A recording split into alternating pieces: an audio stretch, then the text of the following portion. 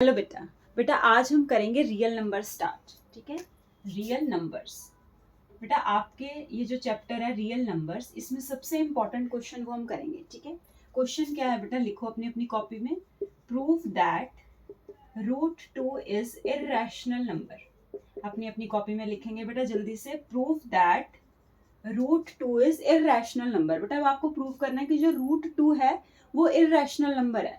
अब irrational number का क्या मतलब होता है बेटा? ठीक है, जो रैशनल नहीं है, जैसे रियल नंबर दो टाइप के होते हैं ना, या तो रैशनल होते हैं या इर्रेशनल होते हैं। ठीक है, अब देखो अगर आपको ये प्रूव करना है कि रूट टू एक इर्रेशनल नंबर है, तो आप सपोजिशन करके चलेंगे कि मान के चलेंगे कि ये एक रैशनल नंबर है। तो लिखो लेट, जैसे जैसे बेटा मैं इस क्वेश्चन के स्टेप कराऊंगी बिल्कुल वैसे आपने अपनी पेपर में करके आने हैं। ठीक है, बोर्ड्स में बिल्कुल वैसे, बिल्कुल एज स्टेप आपने बिल्कुल भी इधर उधर नहीं करना, फिर मार्क्स कट जाएंगे। ठीक है, तो सारे बिल्कुल जैसे मैं स्टेप्स लिखवाऊंगी अपनी कॉपी में नोट करते जाओ और वैसे करके आना है। अब देखो बेटा, रूट टू एक इर्रेशनल नंबर आपने प्रूव करना है। ठीक है, तो आप मान के चलो रूट टू एक रैशनल नंबर है।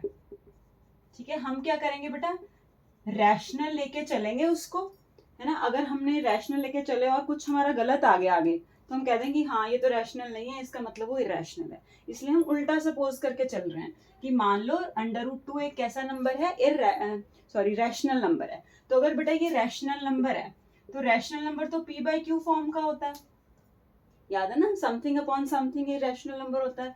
ठीक है, तो पी बाई क्यू होता है फॉर्म का जिसमें q not equal to zero होता है ना। और पी क्यू कैसे होते हैं, इंटीजर्स होते हैं। अभी हम मान के चलेंगे कि जो पी क्यू है वो इंटीजर्स हैं। ठीक है, और इनका जो एचसीएफ है ना बेटा पी और क्यू का, वो 1 है।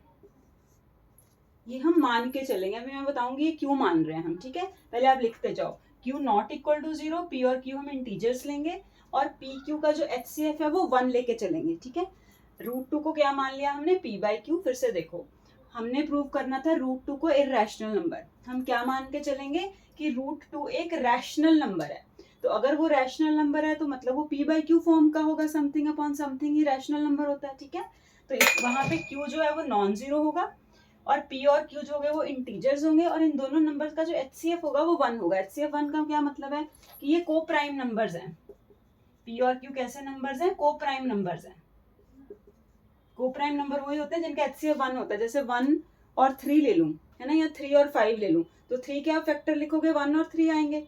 5 क्या फैक्टर लिखोगे तो क्या आएंगे, 1 और 5। तो एचसीएफ दोनों का 1 आ गया ना, कॉमन फैक्टर 1 आ गया।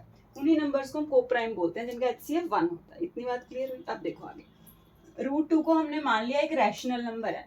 बेटा अगर ये एक रैशनल नंबर है, ठीक है, इसके बाद बस स्टेप्स करते जाओ। आप इसको क्या करो, क्रॉस मल्टीप्लाई कर दो। Root two q is equals to p, ये स्टेप समझ आया? क्योंकि ये रूट टू बाय 1 था ना, तो क्यू को रूट टू से मल्टीप्लाई करोगे तो रूट टू इंटू क्यू आएगा, पी इंटू 1 करोगे तो पी आएगा। इतनी बात समझ में आई? आगे इसके बाद बेटा रूट है इसलिए स्क्वायरिंग कर दो।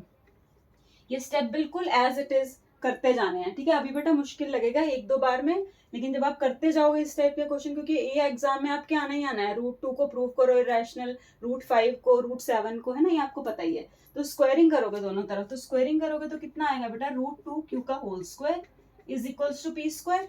ठीक है, चलो अब आगे चलते हैं। इतना नोट कर लो बेटा अपनी कॉपी में, 2q square is equals to p square.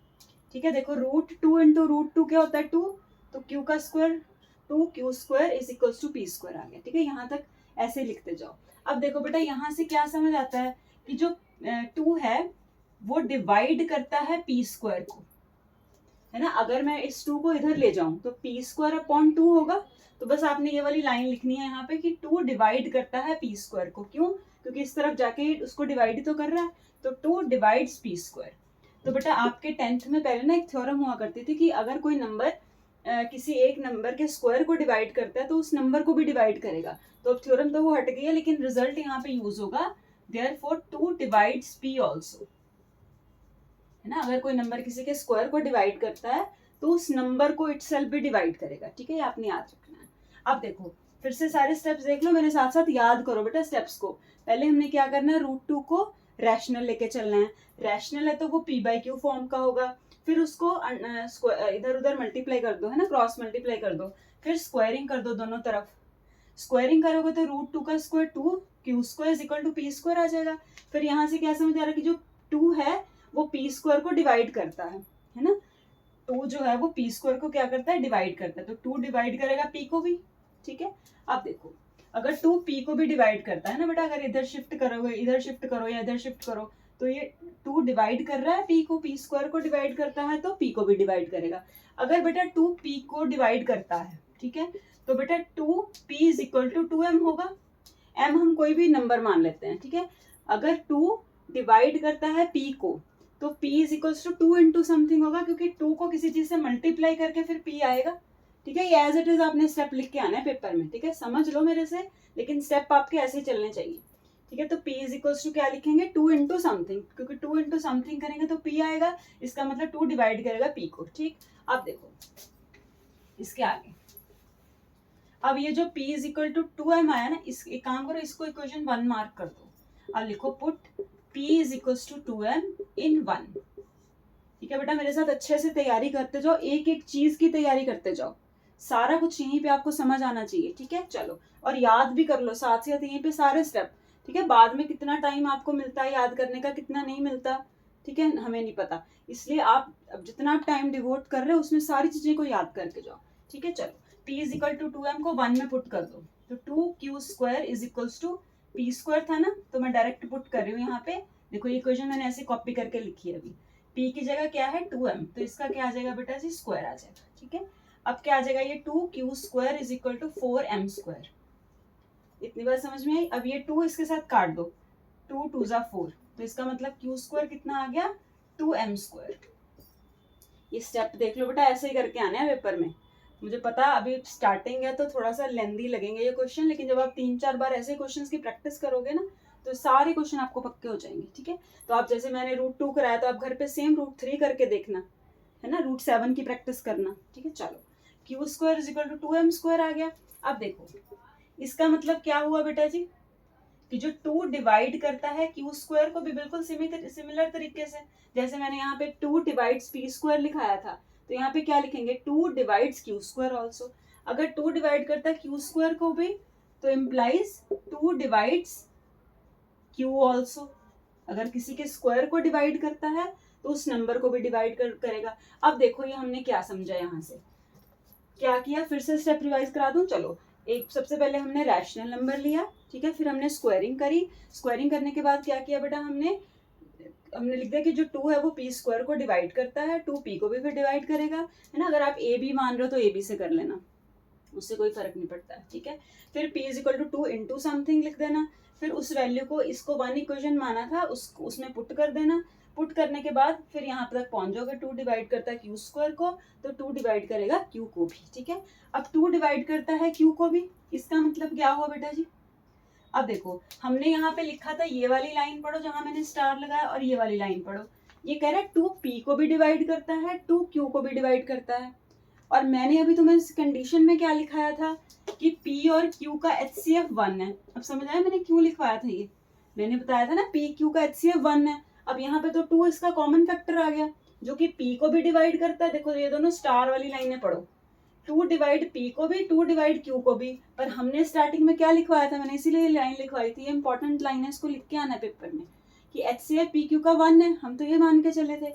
लेकिन यहाँ पे क्या आ गया, तो 2 कॉमन फैक्टर आ गया, इसका मतलब कोप्राइम नहीं है, तो लिख दो therefore 2 is common factor of P and Q, common factor आ गया, है ना। Therefore 2 is a common factor, therefore P and Q are,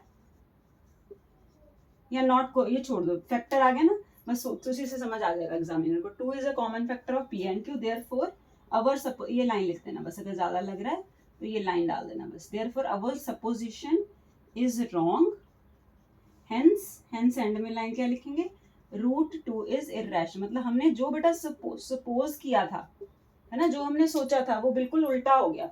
अगर हम रैशनल लेके चलते हैं तो 2 फैक्टर आ रहा है कॉमन, ठीक है, जो कि नहीं होना चाहिए था, इसीलिए हमारी सपोजिशन रॉन्ग है, जो हमने रैशनल को सोचा था, इसलिए हेंस लिख दो √2 इज इर्रेशनल नंबर, ठीक है।